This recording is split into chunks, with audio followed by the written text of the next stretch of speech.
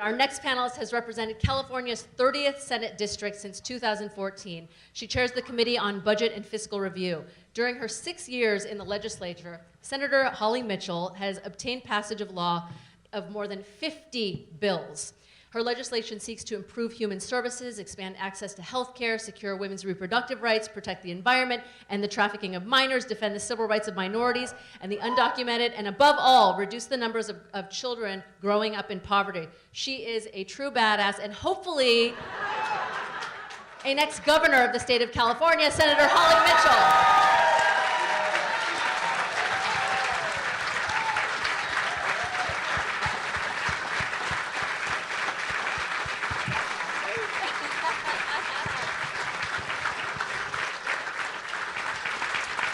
Senator Mitchell, you have been called the moral compass of the Senate.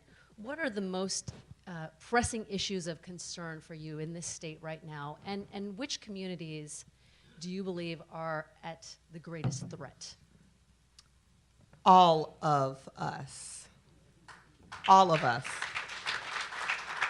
And anyone who doesn't fundamentally believe that and understand that, I have a bridge to sell you somewhere. You know, I think we are at an interesting point in time as Californians, where the issues are omnipresent and in front of us every day. Every community across California is being touched by homelessness. I had a committee hearing here in the Capitol. I chaired the Budget Subcommittee in Health and Human Services and listened to a Sacramento woman who was brave enough and willing to tell us her story with her 2 children, with her 14-year-old son, and because he's 14, he can't go on the family side of the shelter. We have policies that once boys reach 14, they have to go to the adult male side of the shelter. And so she talked about when the weather's good, springtime, they live on the river, and when it gets cold in Sacramento, they move into her car. And she talked about having a storage unit because she works every day to dispel some of the myths some of us believe about the homeless community. She goes to work every day, and she was a victim of domestic violence, and so she's trying to hold on to the few things she had in her apartment because she knows one day she's going to get to the top of one of these waiting lists and have a place to live again. And so during school year, she goes to her storage unit to wipe her children down with baby wipes. Because of our shelter system across this country, you can't get a shower every day. And so it's those stories I hear that I have the privilege to hear as an elected policymaker that get me up every morning and drive me to do whatever I can. Because as a mother, I can only begin to imagine what that does to your soul when that's the best you can do for your children. And so I have to say, recognizing that there are segments of our communities, there are pockets of our communities who don't have access to the resources they need to ensure their children's future. My staff and I had a powwow this year to talk about what our vision and our plan was for this legislative year, and I realized that my 6 years so far in the legislature, I've been shooting for the floor. I've been trying to close funding gaps. We've been trying to rebuild and reinvest in California. And no one ever has kids and decide, I just want to guarantee them the bare minimum. We all have children. When we have children, our vision is for them to thrive and for us to give them the best we possibly can. So it changed my thinking as a policymaker. I'm not shooting for the floor anymore. I'm shooting for the best possible outcome for every child in California.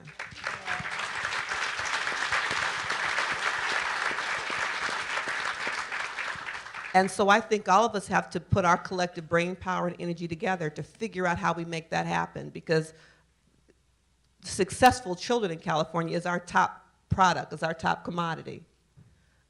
Making sure that California continues to be the innovative state that it is, the progressive state that it is, it's going to depend on our next generation, our next admissions to UC, CSU. And if we don't invest in them now, then we deserve what we get.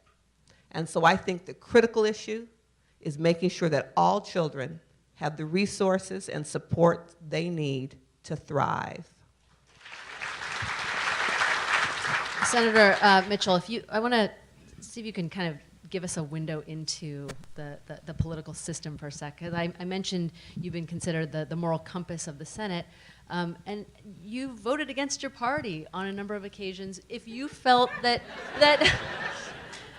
this disenfranchised people would suffer.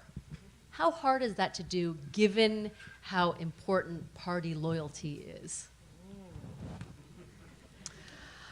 I'm glad Mayor Steinberg is now Mayor Steinberg and not Pro Tem Steinberg as I give this answer. I deeply appreciate your introduction. And the reality is, my mother was an OG badass. And I'm a baby badass. I'm trying every day to live up to what my community needs me to be. And I ran for office mid-career. I'd worked here in the legislature, I'd lobbied, I ran a large nonprofit organization, and got mad enough to decide to run, to bring my kind of real-life experience to the policy-making arena. And when I did that, I realized that I was kind of at a point in my life where I had kind of made that transition to baby badass, and that I was stepping away from a career and an organization I loved, that I had been the CEO of for going on 10 years. And so if I was going to do that, then I needed to make this transition and make decisions every day that I know fundamentally are in the best interest of the 1 million Californians I serve and the broader population who I've made my policy priority and have really focused my life's work on. So if you're going to step out there, run for office, be subject to public opinion about whether it's appropriate for me to have locks, how can I be an elected official as a single parent, oh, she's tall, why is she wearing, those shoes? If I'm going to subject myself, because as a woman running for office, that's what we're subjected to. If I was going to subject myself to that, step out of my private life to be a leader on a statewide front, then I needed to be able to do it and get something out of it for me and for my community. So having said all that, and people ask me the question, how hard is it? It's not hard, because I am committed to a philosophy and a set of principles that guided my decision to run. I appreciate partisan politics, and most days I get along well with others. But the reality is, leading ain't easy, and all of us need for people to step up and have a willingness to lead on our behalf. When are you going to run for governor is what I really want to know. Nobody wants that job. So, and it's not that I walk into those decisions blindly or cavalierly. It's a calculation. I get that. But as Ms. Huerta said, people have gone before me, have died. And if I am not willing to exert a little political capital and put my shoulder to the grindstone and step up on issues that are important, then I don't deserve the seat or the title that I've been given. I just don't. Was there a moment for you that propelled you to say, okay, I need to do something? So, I think that's why the Unity Center is so important, because you never know what experience will expose particularly a young person.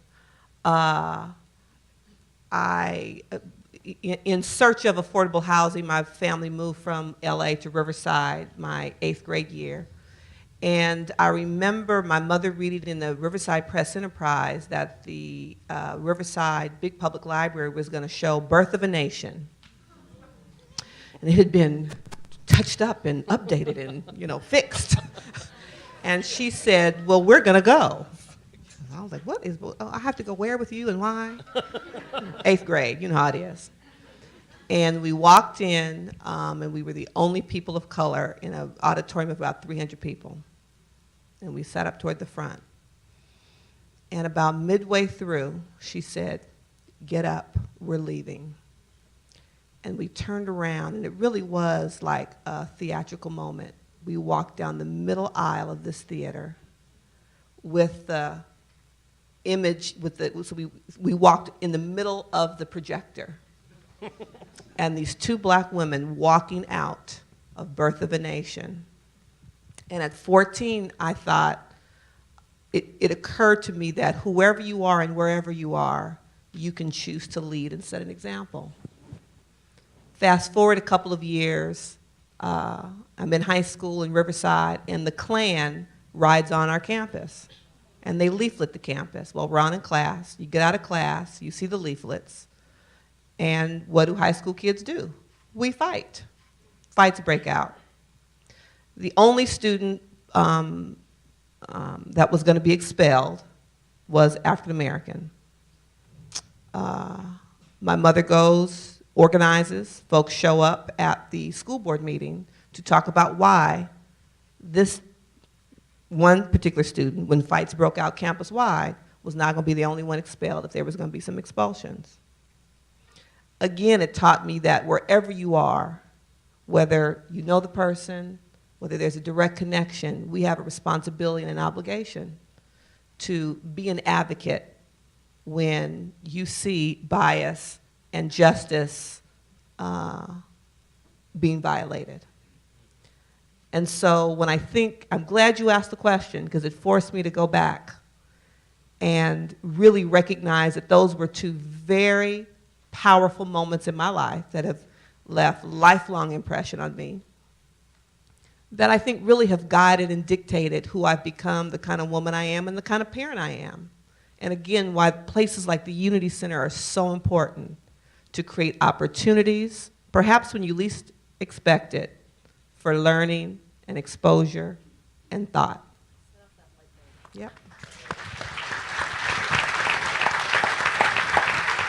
I would be remiss if I didn't ask you all about your suggestion to reduce this tension in the air that's been persisting for the last few months. There's so much anger and vitriol being spewed on both sides. It's clear we're probably not going to be able to reach common ground, but can we have a civil discourse? How would that be achievable, Senator? I think the first thing people need to do is own your own stuff. You know, they're online now. You can take these amazing implicit bias tests. AAUW has one on gender, and Harvard University has one on everything you can imagine, because we all have bias. And to acknowledge that, and it's not, you know, I'm perfect, you're the one with the issue. You know what I mean? And so I think if everyone, in the privacy of your own home, took the implicit bias test to understand that we all have bias and begin our self-work. Everybody. I think that's an important first step and one tangible thing everybody here can do. Check ourselves, because we all have bias based on the lens through which we see the world, based on the treatment we've experienced, based on media impressions of other people that we buy into, whether we're conscious of it or not. Whether, you know, your best friend is black or not. We all have bias, and I think the first place we need to begin the dialogue is to own it and make a decision about what am I going to do to check myself.